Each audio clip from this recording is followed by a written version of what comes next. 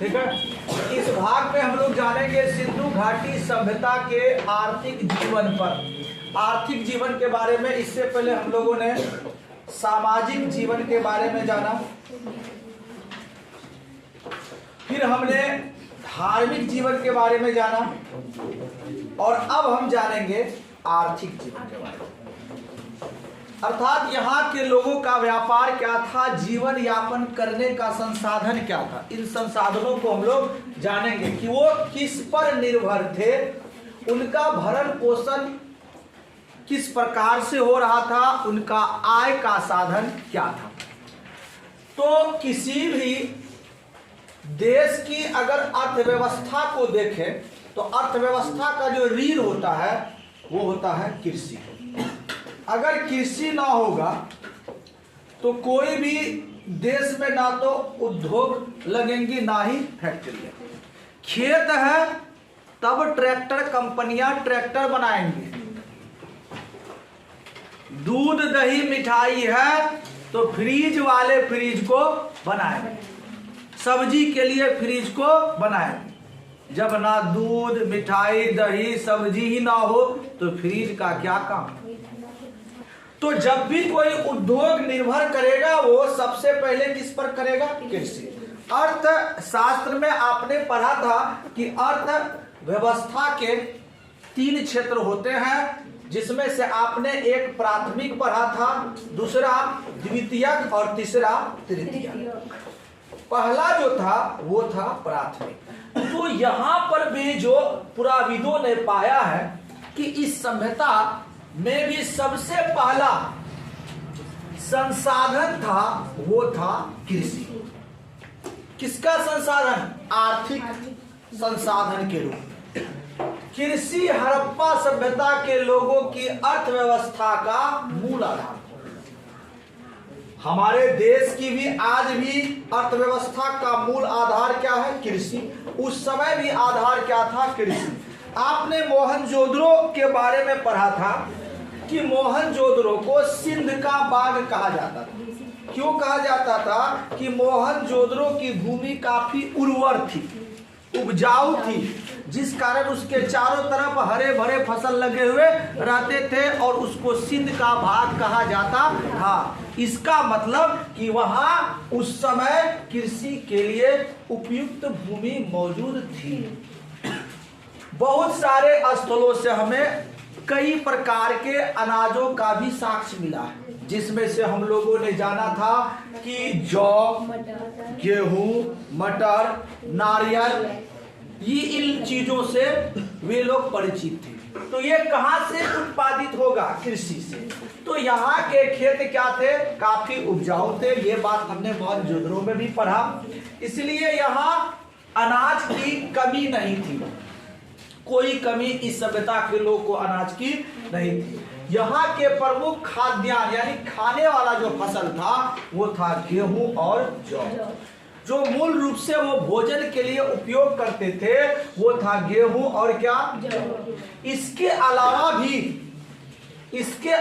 भी वह केला, नारियल, खजूर, अनार, नींबू, तरबूज, मटर, तिल आदि का उत्पादन करते थे। कर दिए। अब देखिए लोथल, जहां जो कि हमारे सिंधु घाटी सभ्यता का बंदरगाह था।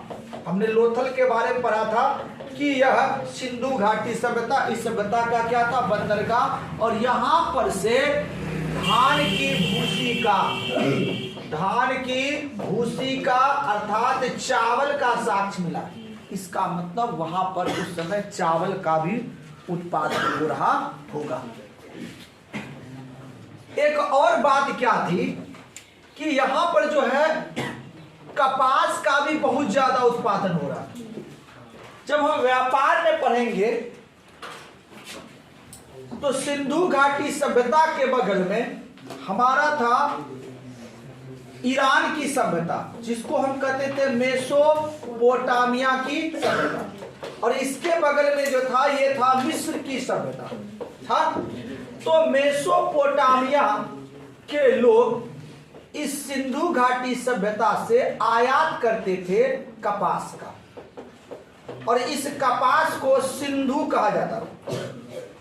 सिंधु या इसी को लोग कहते थे सिंध। साक्ष्य में, यूनानी साक्ष्य में भी प्राप्त होता है कि यूनान के लोग इसी सिंधु को, इसी कपास को इंडन कहते थे, इंडन। और इसी इंडन से अंग्रेजों ने इस भारत का नाम भी रखा था, क्या? इंडिया ना। तो इंडिया शब्द अंग्रेजों ने नहीं रखा था बल्कि यूनानियों ने रखा था। अब आइए, ये था कृषि। इसके अलावा अगर कृषि होगा तो साथ ही साथ कृषि के लिए बैल होंगे, क्योंकि कृषि कार्य में बैल उपयोगी होता है। और अगर बैल होगा तो गाय भी होगा, भैंस भी होगा।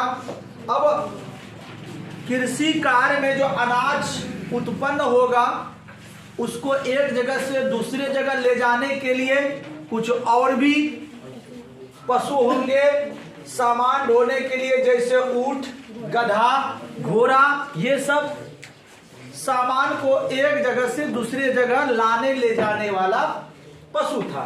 तो पशुपालन में देखें तो कृषि के साथ साथ हड़प्पा वासियों की अर्थव्यवस्था का आधार क्या था? पशुपालन।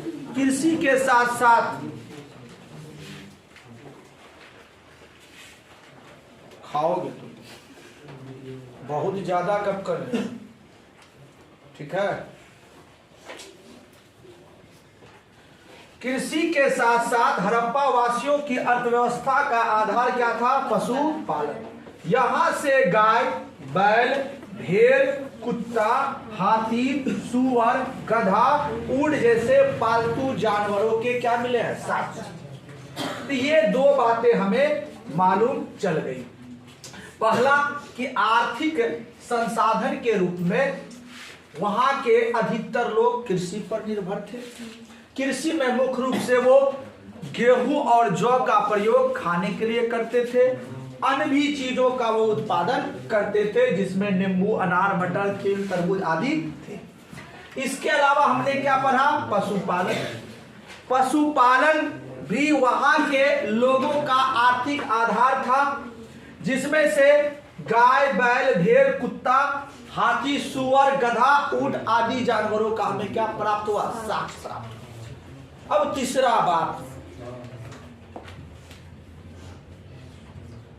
धन अर्जन करने का एक और तरीका होता है। यदि आपके पास स्किल हो, कला हो, अर्थात शिल्प, आप किसी औजार को बना सकते या किसी खाद्य पदार्थ को कन्वर्ट कर सकते अच्छे अच्छे चीजों। जैसे आज किसान आलू का उत्पादन करते हैं। आलू का उत्पादन कौन कर रहे हैं? किसान। लेकिन इस आलू से जो बढ़िया वैरायटी बना रहे हैं, बढ़िया बढ़िया उपयोग जो कर रहे हैं, वो उद्योगपति कर रहे हैं। जैसे इसी आलू को वो काट करके बना देता है चिप्स, और वो चिप्स एक आलू में से 5-10 टुकड़ा हुआ, एगो प्लास्टिक में भर दिया, हवा भर दिया। अब एक आलू का दाम 5 टका हो जाता है। 1 केजी अगर आलू 10 रुपया में खरीदा होगा, उसमें अगर 20 आलू चढ़ा होगा तो उसको वो 20-5 100 रुपया बना सकता है। ये कार्य कौन करता? उद्योगपति। और उद्योगपति क्या स्वयं नहीं, उनके पास शिल्पकार होते हैं जिनको चिप्स बनाने के लिए आता होगा। और जब वो इसको कन्वर्ट करेंगे तो कन्वर्ट करने के बाद जो स्थिति उत्पन्न होगी उसी को हम कहेंगे उद्योग। और यही उद्योग कारखाना का रूप लेगा और यही एक बाजार का निर्माण कर देगा। तो यहाँ के लोगों में भी वे सारे स्किल थे जो आज के लोगों में है। हम बात 200-400 साल पहले की नहीं कर रहे हैं, हम बात कर रहे हैं 5000 साल पहले की। उस समय के लोगों में भी ये सारे गुण थे जो गुण आज हमें यहाँ प्राप्त हो रहे हैं। क्या था? ध्यान देने वाली बात है कि कृषि तथा पशुपालन के अतिरिक्त विविध प्रकार के शिल्प एवं उद्योग धंधों के प्रति भी हड़प्पा संस्कृति के लोगों का स्पष्ट रुझान मिलता है। जो साक्ष्य प्राप्त हुआ है उससे पता चलता है कि वहां के लोगों के पास बहुत सारे ऐसे गुण थे, बहुत सारे ऐसे स्किल थे जिसके द्वारा वह शिल्प अर्थात स्किल के द्वारा वह नए नए चीजों का निर्माण करते हैं। जैसे बर्तन किए गप कर है।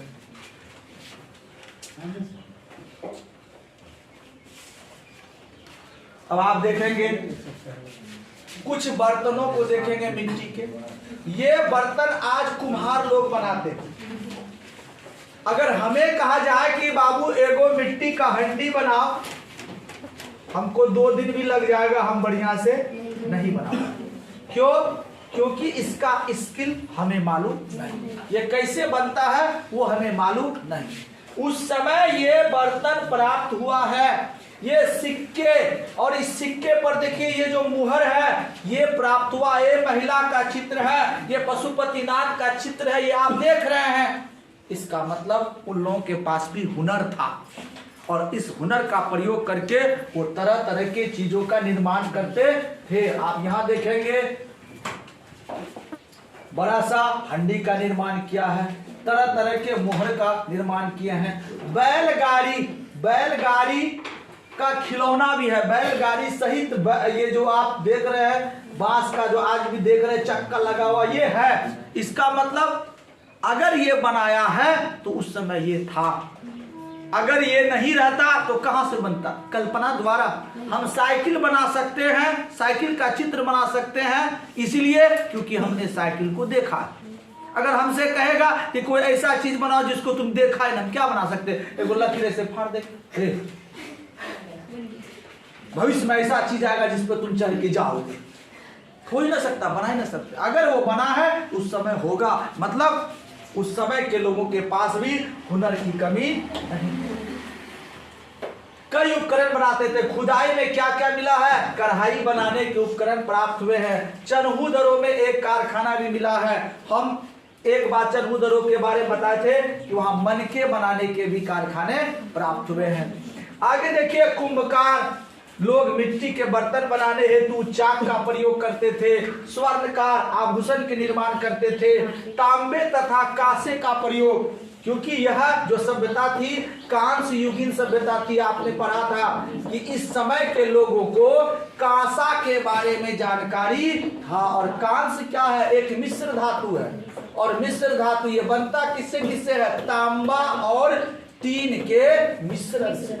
अगर इसे कांसा बनाने का ज्ञान है तो मतलब है कि ये उच्च कोटि के लोग होंगे, इनके पास भी बहुत सारी जानकारियां होंगी। हमें कहेगा नया धातु बना दो, हम नहीं बना पाएंगे, और उसने बना दिया है तो मतलब जानकारी थी। 5000 साल पहले भी लोग इतना विकसित था कि आज भी हम कल्पना नहीं कर सकते हैं। न तो कहेंगे प्राचीन काल में, आज से 10-5000 साल पहले जाओ तो लोग सोचेगा कि मनुष्य क्या है? पशु है, तो या बढ़िया से नहीं चलता होगा। लोग सोचते हैं हम आज जिस प्रकार से रहते हैं, चश्मा लगा लेते, कोट पहन लेते, जूता लगा लेते, टोपी लगा लेते, बस इससे पहले लोग नहीं रहता होगा। लेकिन हमने क्या पढ़ा कि उस समय स्विमिंग पूल था, स्नानागार था। कितने गांव में है? नहीं। मतलब है कि हम लोग उस समय के लोगों से भी क्या है? नीचे। हमारे पास आज भी वो कितने गांव में नालियां बनी है, कितने गांव में शौचालय है, अब हो रहा 2-4 साल आपको देखने मिला। बहुत सारे गांव में नालियां बनना शुरू हुआ, और यहाँ 5000 साल पहले से वो व्यवस्था मौजूद थी। कितना एडवांस, और हम लोग कहते हैं हम ही जो है वही है। आइए आगे बढ़ते हैं। तो हम लोगों ने 3 बात जाना, कृषि, पशुपालन, शिल्प तथा उद्योग धंधे। अब जो तीसरा संसाधन था, ये तो तीसरा संसाधन इसमें है ही नहीं, तो ये तीनों संसाधन का उपयोग ये अपने आर्थिक जीवन में करते थे। इसी के द्वारा ये अपना भरण पोषण करते थे, इसी के द्वारा ये उद्योग धंधे चलाते थे, व्यापार चलाते थे, और यही इनके जीवन निर्वाहन का मुख्य संसाधन था। तो आपने धार्मिक जीवन पढ़ा, अर्थात वहां के लोग बहुत सारे देवी देवताओं के पूजा भी करते थे। किन किन देवताओं की, किन किन पशुओं की प्रधानता थी, इनके बारे में पढ़ा था। सामाजिक जीवन में हमने पढ़ा कि वहां का समाज कैसा था, तो मातृसत्तात्मक था। वहां पर महिलाओं को ज्यादा अधिकार था, पुरुषों को कम। आज क्या है, पितरात्मक, यानी कि पिता का संपत्ति किनके हाथ में, पुत्र के। और उस समय क्या थी, माँ संपत्ति का मालकिन होती थी और उस संपत्ति का अधिकार किसका होता था, पुत्री का होता था। वहां के लोग क्या थे, शांति प्रिय थे। हम लोगों ने सामाजिक जीवन में इसको पढ़ा। अब हम जानेंगे कि क्या इस सभ्यता के लोग साइंस से परिचित थे, विज्ञान से परिचित थे, टेक्नोलॉजी से परिचित थे। जिस प्रकार का टेक्नोलॉजी आज है आज की दुनिया में, क्या उस समय था, थोड़ा भी इसका ज्ञान था? तो हम सिंधु घाटी सभ्यता के लोगों का विज्ञान एवं प्रौद्योगिकी के रूप में जो कुछ साक्ष्य मिला है उस पर थोड़ा चर्चा करते हैं कि टेक्नोलॉजी विज्ञान की कैसी समझ थी उन लोगों में। अगर आप पहला टॉपिक देखें तो पहला टॉपिक आपको मिलेगा लिपि, मतलब लिखना, लिपना। आप कॉपी को जैसे भरते हैं तो क्या करते, लिखते हैं। कोई लोग इधर से लिखता है, कोई लोग इधर से। कुछ लिपि बाएं से दाएं चलती, कुछ लिपि दाएं से बाएं। तो उस समय के लोग भी कुछ ना कुछ लिखते थे, क्योंकि जो मुहरें प्राप्त हुई है उसमें कई तरह के ऐसे इस प्रकार के, देख रहे हैं, इस प्रकार के संकेत मिल रहे हैं जो लाइन बाय लाइन है। देख रहे हैं, एक लाइन से लिखा हुआ, मतलब कुछ ना कुछ ये लिखा हुआ है, यानी कि लिपियां थी। लेकिन हुआ क्या है कि हम या हमारे पुराविद आज तक इन लिपियों को नहीं पढ़ पाया है। लिपियों को नहीं पढ़ पाने के कारण ही इसे आद्य इतिहास कहा जाता है। पढ़े हैं, शुरुआत में ही आपने पढ़ा कि सिंधु घाटी सभ्यता किसके अंतर्गत आता है, आद्य। क्यों आता है, क्योंकि लिपियां हैं, पुरातत्व स्रोत भी है, लेकिन लिपियों को आज तक कोई पढ़ नहीं पाया है कि ये क्या है, किस प्रकार का लिपि है ये। क्या आप देख रहे हैं, इस लिपि को हमारे पुराविदों ने कहा कि यह भाव चित्रात्मक है। भाव चित्रात्मक, यानी कि चित्र के आधार पर इसको लिखा गया है और चित्र द्वारा आप भाव को समझ जाइएगा। अगर ये स्वास्तिक का आप देख रहे होंगे, कहीं ना कहीं स्वास्तिक का भी होगा, यहां आप देख रहे हैं स्वास्तिक। आज हम स्वास्तिक का प्रयोग करते हैं, कब, कहां पर, पूजा पाठ करते हैं ना, शुभ माना जाता है। ये किसका प्रतीक है, सूर्य का। तो जैसे हमने देखा कि स्वास्तिक है, स्वास्तिक का कहीं चित्र बना है, तो मतलब है कि यहाँ पर सूर्य देवता का पूजा होता होगा। यानी कि उस चित्र को देख के आपके अंदर एक भाव उत्पन्न हो जाए, इसलिए इस लिपि को हमारे पुराविदों ने भाव चित्रात्मक लिपि कहा। तो यहाँ पर लिपि के बारे में आप लिख सकते हैं, सिंधु सभ्यता के निवासियों ने एक भाव चित्रात्मक लिपि का आविष्कार किया था, किंतु इस लिपि को पढ़ने में अभी तक सफलताएं नहीं मिली। और यह लिपि दाएं से बाएं लिखी गई, यानी कि दाएं से बाएं, जिस प्रकार से उर्दू को लिखा जाता है दाएं से कहां, बाएं, तो ये लिपि भी दाएं से बाएं। क्वेश्चन आपसे पूछा जाएगा कि सिंधु घाटी सभ्यता से प्राप्त लिपियां किस प्रकार की थी, तो ऑप्शन में एक जगह रहेगा चित्रात्मक या भाव चित्रात्मक। आप ऑप्शन को मार। क्वेश्चन आपसे ऑब्जेक्टिव पूछेगा कि सिंधु घाटी सभ्यता की लिपियां कैसे लिखी जाती थी, ऑप्शन रहेगा दाएं से बाएं, बाएं से दाएं, दोनों तरफ से डी में रहेगा, इनमें से कोई नहीं। आप क्या लिखिएगा, दाएं से। यानी कि लिखना पढ़ना उन लोगों को आता था। ये बात तो हमारे पुराविदों ने साबित कर दिया। अब दूसरा देखते हैं। दूसरा बात है धातु कर्म। अगर उस समय के लोग कांस्य से परिचित थे, तो मतलब कि उस समय के लोगों को मिश्र धातु बनाने का उपाय मालूम था। वो मिश्र धातु बना सकते थे। और आज हम मिश्र धातु बनाने के लिए सीखते कहाँ? केमिस्ट्री, रसायन शास्त्र में। और रसायन शास्त्र किसका विषय है? विज्ञान का। मतलब उस समय के लोगों को भी विज्ञान की जानकारी थी। पीतल और तांबा और टीन को मिलाकर उसने क्या बना दिया? कांसा। बहुत सारे ऐसे कांसे के सिक्के मोहर प्राप्त हुए हैं। अगर ये बनाया है तो मतलब उनको विज्ञान के बारे में जानकारी था, टेक्नोलॉजी उनके पास थी। भले आज के तरह की टेक्नोलॉजी ना हो, जैसे आज टेक्नोलॉजी कहाँ पहुंच गया, काला बोर्ड से सफेद बोर्ड और सफेद बोर्ड से डिजिटल आ गया। अब क्या आएगा पता नहीं, अब तो लगता है इसे मारेंगे छप जाएगा, बोलते जाएंगे लिखते जाएगा। अब देखिए धातु कर्म के बारे में। सिंधु सभ्यता के प्रमुख स्थल लोथल से तांबे एवं कांसे के कुछ वस्तुएं मिली है। तांबे से मिल जाएगा।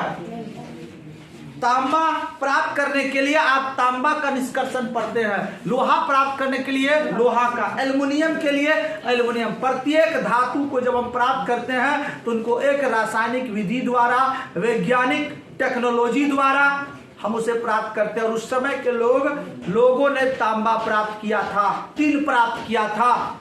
इससे स्पष्ट होता है कि वहां के लोगों के पास टेक्नोलॉजी भी थी। चले अब आइए अगला पॉइंट।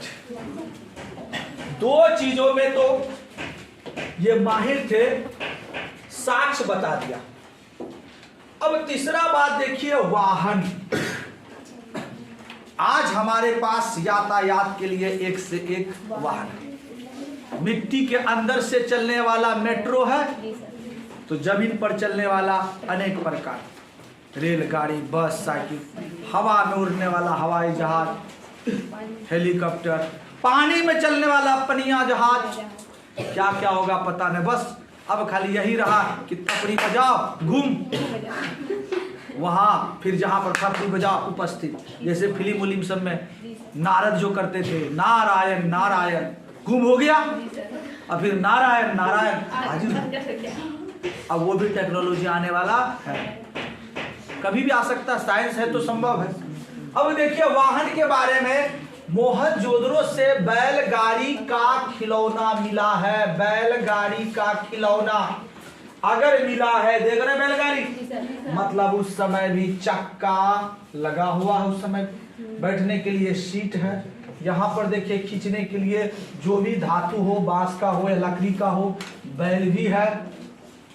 मतलब कि वाहन था, यात्रियों को या सामानों को लाने ले जाने के लिए वहां वाहन थे। ये तो एक साक्ष्य मिला, हो सकता बहुत सारे होंगे जो टूट फूट हो गया होगा, हमारे पुराविदों को नहीं मिला होगा, लेकिन इनको बनाने की जानकारी उस समय के लोगों को, तो मतलब ये तकनीक से भी क्या थे? परिचित थे। अगला माप, तराजू, मापने वाला चीज। जमीन को या दूरी को मापते आज तो मीटर, किलोमीटर। तेल को मापते हैं या तरल पदार्थ को मापते हैं तो लीटर से। ये आज हम प्रयोग कर रहे हैं। उस समय भी माप की प्रणालियां थी। कैसी प्रणालियां थी? तो वो जो प्रणालियां थी वो 16 के अनुपात में थी। किसके अनुपात में? देखिए तौल की, माप तौल की तकनीकों का ज्ञान हड़प्पा सभ्यता के लोगों को था। मतलब किसी चीज को माप तौल कर वो देते थे। अगर हमको चावल किसी को देना है या गेहूं या जौ देना है, उसके लिए उसके पास मात्रक था। जिस मात्रक को आज हम फिजिक्स में पढ़ते हैं वो मात्रक उस समय मौजूद थे।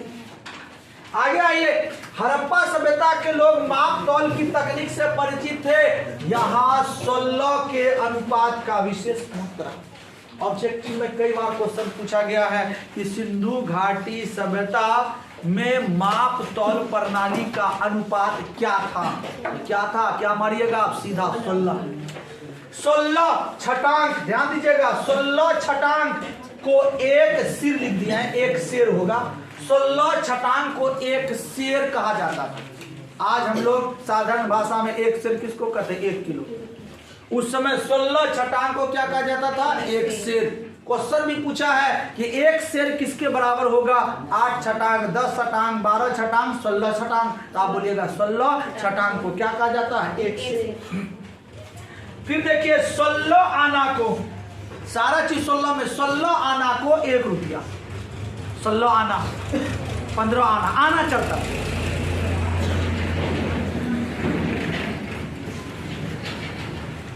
हम लोग भी अपने दादा परदादा से सुनते हैं कि हम लोग जमाना में आना चलता था, और आज से 5000 साल पहले भी आना चलता था।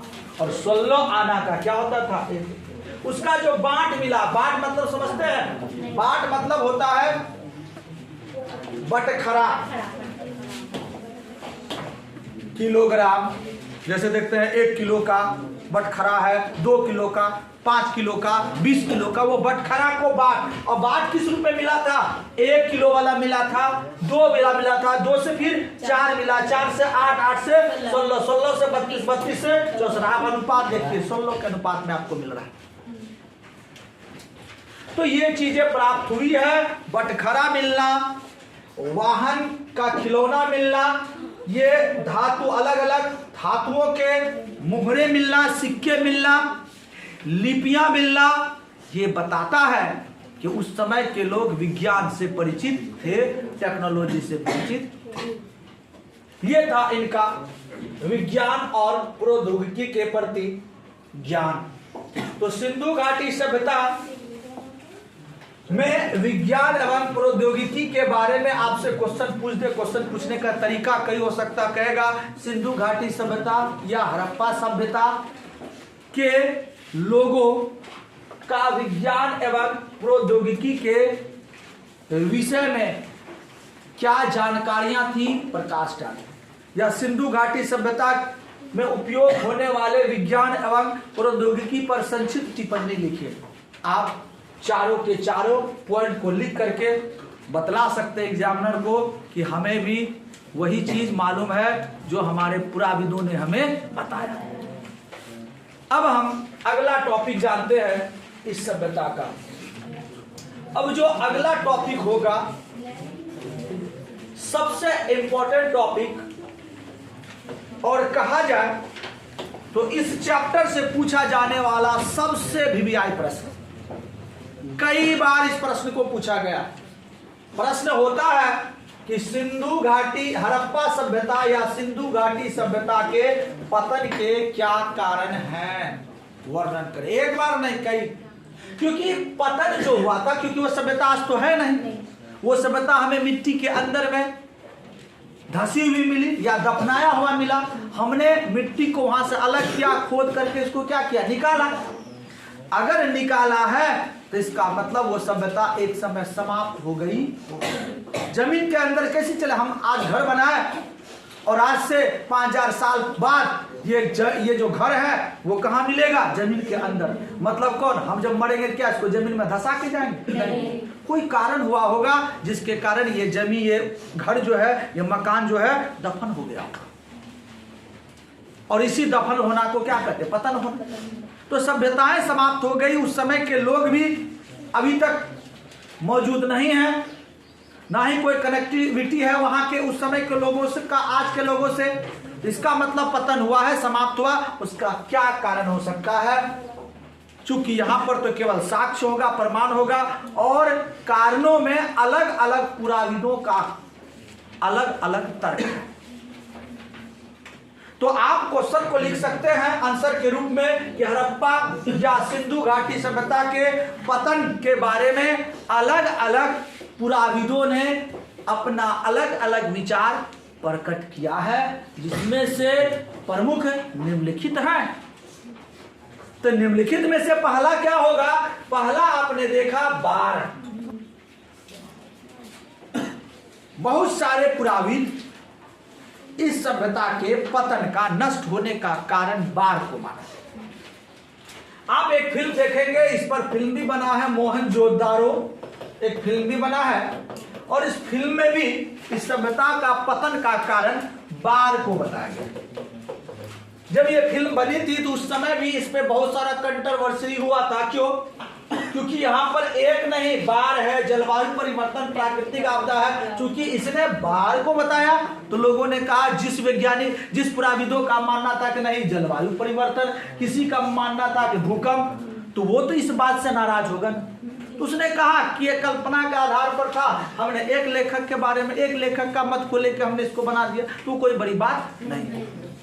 यहां पर बात बड़ी बड़ी है कि हम निष्कर्ष तक नहीं पहुंचे, लेकिन आज जो 2022-23 में हमारे पुराविद निष्कर्ष तक भी पहुंच गए। कहा जाता है ये निष्कर्ष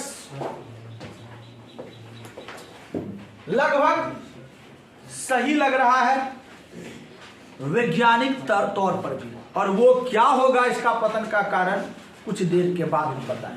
पहले हम जान लेते हैं इसके बारे में। बात तो जॉन मार्शल आप जान ही रहे हैं, भारतीय पुरातत्व में जान फूंकने वाला, इसी के नेतृत्व में कुछ खेला हुआ था जो हमने पिछले पार्ट में पढ़ लिया है।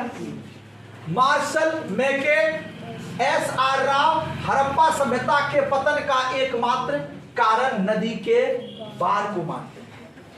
मार्शल मैके एस.आर. राव जैसे पुराविदों का मानना है कि सभ्यता का पतन का कारण क्या है? बाढ़। चूंकि यह सिंधु नदी के किनारे था और सिंधु नदी में हो सकता है जबरदस्त बाढ़ आ गया होगा और बांध टूट गई होगी और लोग को भागने का मौका नहीं मिला होगा। पूरा का पूरा शहर जो है जलमग्न हो गया होगा। जो नदियों की मिट्टियां थी, रेत था, वो सब इस शहर के ऊपर में क्या हो गया होगा? फैल गया होगा, जिसके कारण वो सभ्यता दफन हो गई होगी और समाप्त हो गई होगी। पहला कारण। लेकिन बहुत सारे पुराविदों ने इस बात को नकार दिया क्योंकि कुछ और भी साक्ष्य मिलने लगे। तो बहुत सारे वैज्ञानिकों ने कहा, पुराविदों ने कहा कि जलवायु परिवर्तन भी सभ्यता के पतन का कारण होता है।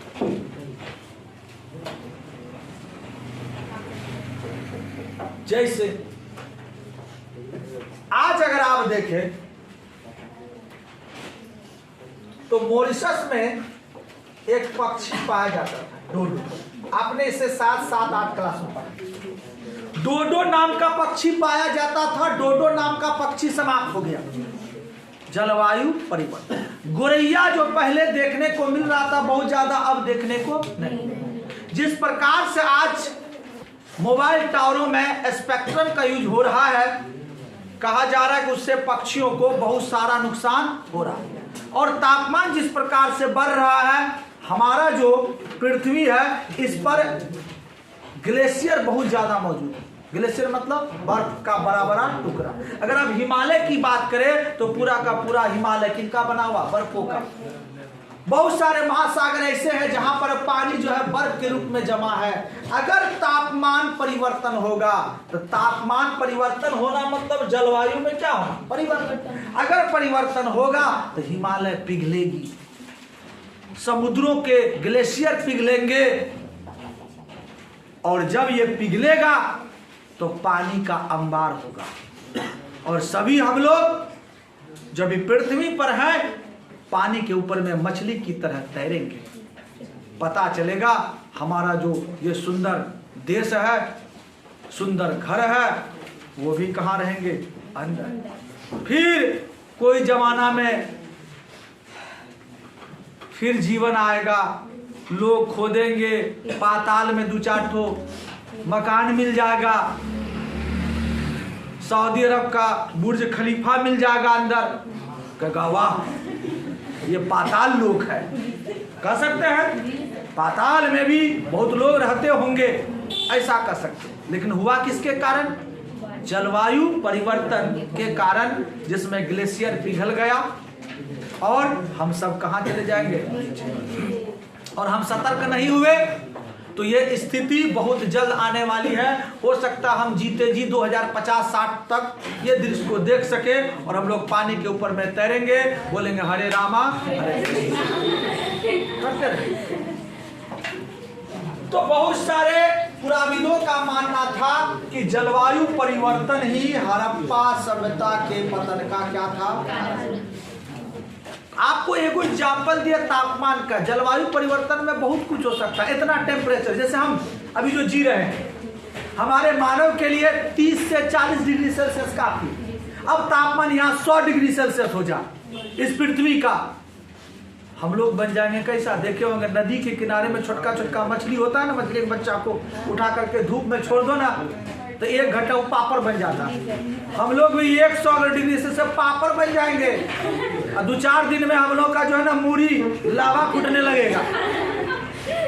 तो यही हुआ जलवायु परिवर्तन। और जब ये चीजें आएंगी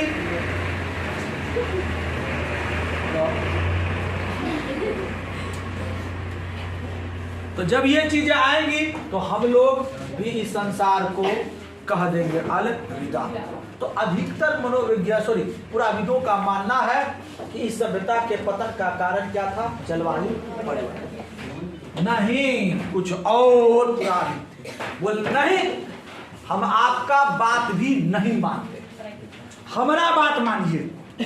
वो कहा कि प्राकृतिक आपदा हो सकता है, इनको भी कुछ साक्ष्य मिला होगा, वैसा साक्ष्य जो कुछ प्राकृतिक आपदाओं से मिलता जुलता होगा या समानता रखता होगा। तो उसने कहा प्राकृतिक आपदा इस सभ्यता का पतन का कारण हो सकता है, जिसमें KUR कनेरी ने मलेरिया एवं महामारी जैसी प्राकृतिक आपदा को KUR कनेरी ने माना कि यह सिंधु घाटी सभ्यता के पतन का कारण हो सकता है, जिसमें से उसने मुख्य रूप से कहा मलेरिया एवं महामारी। 2020 में कोरोना आया था, लग रहा था कि गया, हम लोग गए, हो गया कल्याण, 2020 में 20 खिला दिया, लेकिन बच गए किसी तरह। देखो कहीं 2030 में 20-30 हो जाए हम लोग। तो जैसे प्राकृतिक आपदाओं, तो इस प्रकार की प्राकृतिक आपदाएं आई होंगी और इसका कारण इसने बताया कि हो सकता ऐसे ही ये लोग एक तरफ से मर गए होंगे। उस समय मेडिकल व्यवस्था उतना डेवलप नहीं होगा। आज हम कोरोना से बच गए, क्यों? क्योंकि पूरा दुनिया में मेडिकल व्यवस्थाएं थी। तुरंत में हमारे वैज्ञानिकों ने वैक्सीन बना दिया, फटाफट हम लोगों ने सुई लिया और जिसको मरना था बेचारा मर गया, क्योंकि उसको सही समय पर वैक्सीन नहीं मिल पाया या सही इलाज उसको नहीं मिल पाया। लेकिन ये महामारी आती रहेंगी और इससे लोग मरते रहेंगे। तो उस समय भी हो सकता है इस प्रकार के आपदाएं आई होंगी और वो पतन का कारण बना होगा। ये KUR कनेरी का मंतव्य था, विचार था। अब देखिए जल प्लावन, जल की अधिकता हो गई, इतना ज्यादा वर्षा हो गया होगा, इतना ज्यादा वर्षा बहुत कम समय में कि पूरा का पूरा गांव या शहर पानी पानी। सुने होंगे कभी कभी कि मुंबई में इतना वर्षा हुआ कि पूरा का मुंबई पानी पानी हो गया। इसी पर गाना बन गया पानी पानी। एक बार हम लोग के यहाँ भी जबरदस्त वर्षा हुआ, 2 दिन वर्षा हुआ था, इतना पानी हो गया कि मत पूछो। शहर में तो 1 मंजिला वाला जितना था सबका घर में पानी घुस गया। 1 मंजिला वाला खत्म और 2 मंजिला वो ऊपर चलो। हो सकता है उस समय इतना अधिक पानी वर्षा हुआ होगा, इतना ज्यादा कि पूरा का पूरा शहर ही क्या हो गया होगा, डूब गया। केदारनाथ में एक बार जबरदस्त वर्षा हुआ। आप देखिएगा केदारनाथ के बारे में कि केदारनाथ धाम में कुछ साल पहले इतना ज्यादा वर्षा हुआ था कि यहाँ पर प्रलय जैसी स्थिति आ गई थी, तबाही। केदारनाथ मंदिर को भी नष्ट कर दिया था, वहां पर जितने भी घर द्वार थे सब भस गए थे। कई लोग, कई मतलब हजारों लोग मारे गए थे, लोगों की स्थिति खराब हो गई थी। और वो स्थिति क्या कहलाया, जल प्लावन। ये व्यवस्था, ये चीजें आई होंगी और ऐसा मानना था MR साहनी। अगला जो था वो था भूकंप। एम वत्स तथा लौम्ब्रिक, ये दो ऐसे पुराविद थे जिसने कहा कि इस पतन का कारण था समय समय पर आने वाला भूकंप।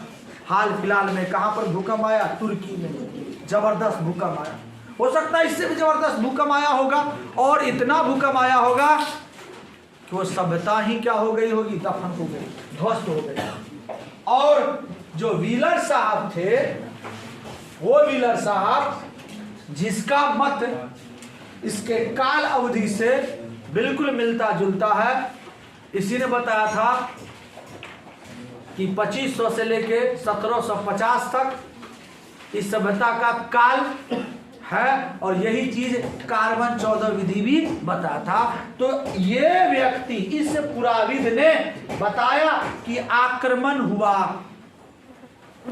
हम लोगों ने इतिहास में पढ़ा कि कई राजाओं ने, पहले भी अभी भी इतिहास पढ़ रहे हैं कि राजाओं महाराजाओं के राज पर दुश्मन राजा आक्रमण करते और उसमें पूरा साम्राज्य नष्ट हो जाता था।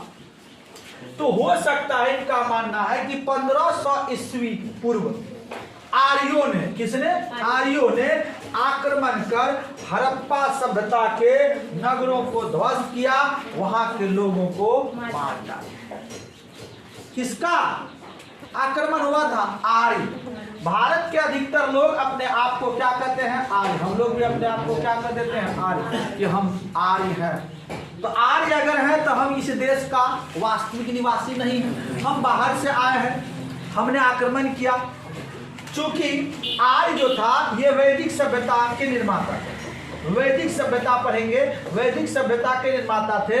और आप जब सिंधु घाटी सभ्यता को पढ़ रहे हैं तो ये लगभग 2500 ईसा पूर्व से 1750 जाता है, ठीक, यही मान्यता है। लेकिन जो वैदिक सभ्यता है वो 1500 बीसी से लेके 600 बीसी तक जाता है। तो कुछ का कहना है कि ये 1750 तक नहीं था, कहां तक था? 1500 तक था। और 1500 में जो आ रहे थे, इन्होंने ये आक्रमण किया और आक्रमण करके इसको मार दिया। लेकिन ये जो ट्विन है, ये जो काल नहीं मैच करने के कारण इस मत को बहुत सारे लोगों ने क्या कर दिया? इस अस्वीकार। क्योंकि कार्बन 14 विधि का मानना है कि यह सभ्यता का अंतिम तिथि क्या थी? 1750। और जबकि आर्य कब आए थे? 1500 बीसी में।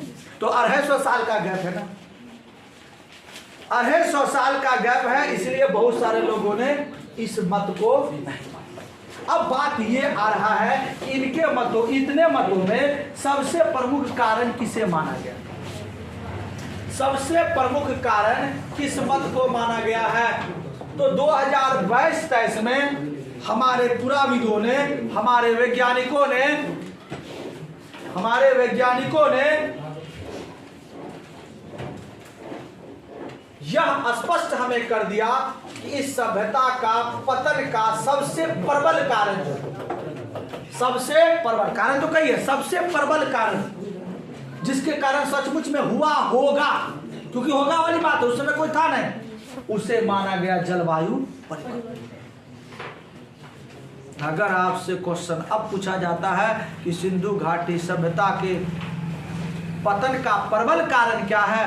प्रबल ऑप्शन में देखिए, बाढ़ भी रहेगा, जलवायु परिवर्तन भी रहेगा, प्राकृतिक आपदा भी रहेगा, जल प्लावन भी रहा, या बाढ़ भी रख दे, आप किसको मारिएगा? आप तो कहिएगा सर कारण तो सभी है। तो कारण में जो सबसे ज्यादा होने की संभावना थी वो क्या थी? जलवायु परिवर्तन। ये बातें 2022-23 में साबित हो गई। अदरवाइज अधिकतर आप किताब को देखिएगा तो इस सभ्यता के पतन का कारण किसको मानता? बाढ़। ठीक है, अब ये था इसका पतन का कारण। इस सभ्यता के बारे में कुछ और बातों को जानेंगे, इसके बाद हमारा ये चैप्टर हो जाएगा समाप्त। बात करते हैं नामकरण की। नामकरण के समय भी विवाद उत्पन्न हुआ कि इस सभ्यता का नामकरण क्या रखा जाए। तो सबसे पहले पहला जो नामकरण था ये सिंधु सभ्यता थी। क्यों? क्योंकि ये जो सभ्यता पाई गई थी सिंधु नदी के किनारे, इसलिए इसका नाम क्या रखा? सिंधु। बाद में जब और स्थल खोजा गया तो सरस्वती नदी के किनारे भी बहुत सारे स्थल मिलने लगे। तो पुराविदों का कहना है कि भैया सिंधु नदी के किनारे मिला तो आपने सिंधु सभ्यता कर दी।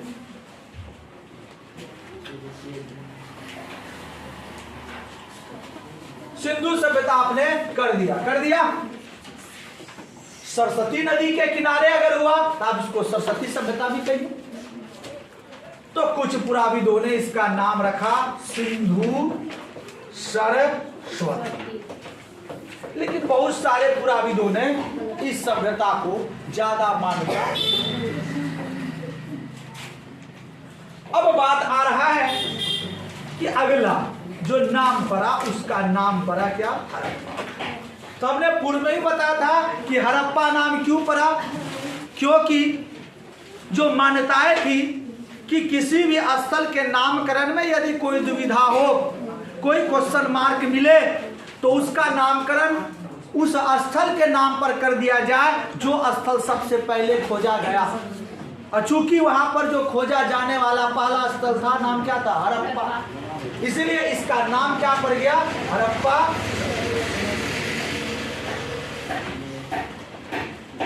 तो आज जिस दो नाम से ये ज्यादा प्रसिद्ध है उसमें से एक है सिंधु घाटी सभ्यता और दूसरा है हड़प्पा। ये था नामकरण से संबंधित। अब देखिए, अब बात ये भी होगा कि सभ्यता को निर्माण करने वाले कौन होंगे? जैसे अभी कहता भारत के लोग अपने आप को क्या? आर्य। हम सब आर्य हैं, इसलिए लोग इस भारत को आर्यावर्त भी कहते हैं। भारत, इंडिया, हिंदुस्तान, आर्यावर्त, आर्यों का रहने वाला जगह, मतलब आर्य कहते हैं। तो आर्य से तो आर्य तो आया 1500 BC में, इससे पहले भी लोग यहां थे। तो यहां पर जो सिंधु घाटी सभ्यता थी, हड़प्पा सभ्यता थी, इसके निर्माता कौन थे? निर्माता पर जब बात आई तो निर्माता पर दो मत हो गए। एक हो गया विदेशी मत और दूसरा हो गया विदेशी मत। विदेशी मत मतलब विदेशी पुराविदों का मानना था, जिसमें से थे मार्शल और व्हीलर। मार्शल और व्हीलर का कहना था सर इस सभ्यता का निर्माता सुमेरियन थे। अब आप कहिएगा सर ये सुमेरियन कौन है? Who is this? Who is it? अब देखिए, आप पढ़े यहां अपना सभ्यता भारत की सिंधु घाटी, इसके बगल में आपने पढ़ा था ईरान की मेसोपोटामिया, इसके बगल में पढ़े थे आपने मिस्र पढ़ा था, और इधर तो हमारा चाइना। तो 4 समकालीन सभ्यताएं थी उस समय। तो मेसोपोटामिया जो यहां पर ईरान में थी, इसका निर्माता था सुमेरियन। कौन था? इसका निर्माता था सुमेरियन। तो पुराविदों का मानना है कि सुमेरियन ही यहां के भी निर्माता थे। हो सकता है इस सुमेरियन के बीच में 2 भाग, 2 गुट बन गया होगा और दोनों गुटों के बीच में किसी प्रकार का कलह हो गया हो, झगड़ा हो गया हो, और एक गुट ने दूसरे गुटों को मार करके भगा दिया। मार करके भगा दिया। जब मार करके भगाया तो एक गुट कहां आके बस गया? सिंधु घाटी। और यहां पर इसने एक नया सभ्यता बना दिया जिसका नाम था क्या? सिंधु घाटी। अब जो विदेशी मत के बाद आया देशी मत। देशी मत में भी 2 तरह के लोग आए। देशी मत मतलब यहां के लोगों ने कहा, एक आया TN रामचंद्रन द्वारा, एक पुराविद थे TN रामचंद्रन, और दूसरा था फेमस राखल दास बनर्जी। कौन नहीं जानता है?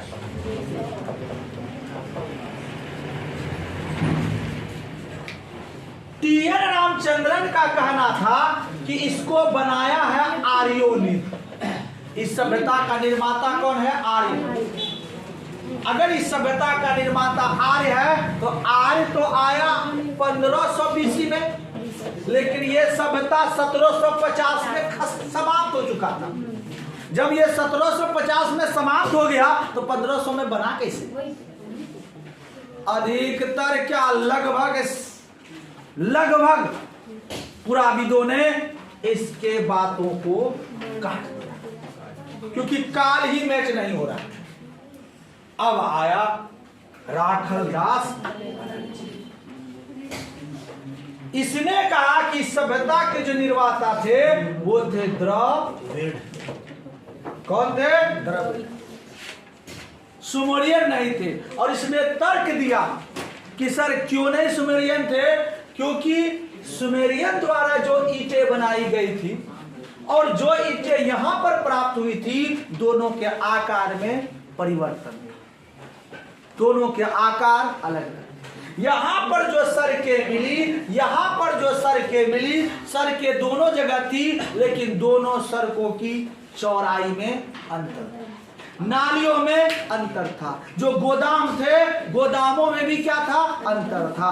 ये डिफरेंसेस बताती थी कि यहां पर बनाने वाला कोई और था, यहां पर बनाने वाला कोई और था। और अधिकतर लोगों ने इस सभ्यता को निर्माता के रूप में द्रविड़ को माना। और आपसे क्वेश्चन पूछा जाएगा कि सिंधु घाटी सभ्यता के निर्माता कौन थे? ऑप्शन रहेगा A number Arya, B number Sumerian, C number Dravid और डी नंबर इनमें से कोई नहीं। आप सी नंबर को ही मान। क्वेश्चन देखिए, सी नंबर मान दीजिए। पूछा दो बातें। तीसरी बात को हम जानेंगे इसमें, वो बातें अब हम जानेंगे सिंधु घाटी सभ्यता की विशेषताओं। बस एगो लास्ट टॉपिक है विशेषताएं। अब विशेषताएं क्या होंगी? विशेषताएं क्या होता है कि आप इसके बारे में क्या जानते हैं, इसमें क्या क्या चीजें थी। तो हमने जो शुरू से अंत तक लगभग मूल बातें पढ़ी, वही इनका क्या कहलाएगा? विशेषताएं। आप जो इसके बारे में पढ़े तो सबसे पहली बात आपने क्या पढ़ा कि यह जो सभ्यता थी, पहली सभ्यता, कि यह एक आद्य ऐतिहासिक सभ्यता थी। आपने पढ़ा शुरुआत में ही, और बीच बीच में भी इसका जिक्र हो रहा था। क्यों थी आद्य ऐतिहासिक सभ्यता? क्योंकि आद्य ऐतिहासिक वह होता है जिसमें हमें पुरातात्विक स्रोत भी मालूम है और लिपि भी मालूम है, लेकिन हम लिपि को आज तक नहीं पढ़ पाए। और यहाँ पर सिंधु घाटी सभ्यता में भी जो लिपियां प्राप्त हुई है, उन्हें आज तक कोई पढ़ ही नहीं पाया। दूसरा बात क्या था कि यह एक कांस्य युगीन सभ्यता थी। कांस्य युगीन, क्यों कांस्य युगीन सभ्यता है? क्योंकि इस समय के लोगों को कांसा के बारे में जानकारी थी। तीसरी बात, अगर हम सभ्यता के बारे में देखें जो महत्वपूर्ण है, ये जो सभ्यता थी वो मातृसत्तात्मक सभ्यता थी। मातृसत्तात्मक सभ्यता थी, ये बहुत ही महत्वपूर्ण पॉइंट है। चौथी बात अगर आप जानेंगे तो चौथी बात के रूप में आप लिखेंगे कि यह जो सभ्यता थी शांति प्रिय सभ्यता थी। ये किसी से उलझते उलझता था। और अगर आप अगला सभ्यता को देखेंगे, यहाँ के लोग व्यापार वाणिज्य से भी क्या थे? परिचित थे। व्यापार वाणिज्य से भी क्या थे? पढ़े हैं इतनी बातों को। ये पांचवा। छठा में अगर हम देखें तो यहाँ के लोगों को शिल्प और विज्ञान की भी जानकारी थी। ये टेक्नोलॉजी के इस्तेमाल करने में सक्षम। ये कुछ विशेषताओं को आप लिख सकते हैं। इस प्रकार से आपका पहला चैप्टर समाप्त हो गया। अब हम इसका ऑब्जेक्टिव लेकर आएंगे, उसके बाद हम सेकेंड चैप्टर की तरफ अपना रुख करेंगे।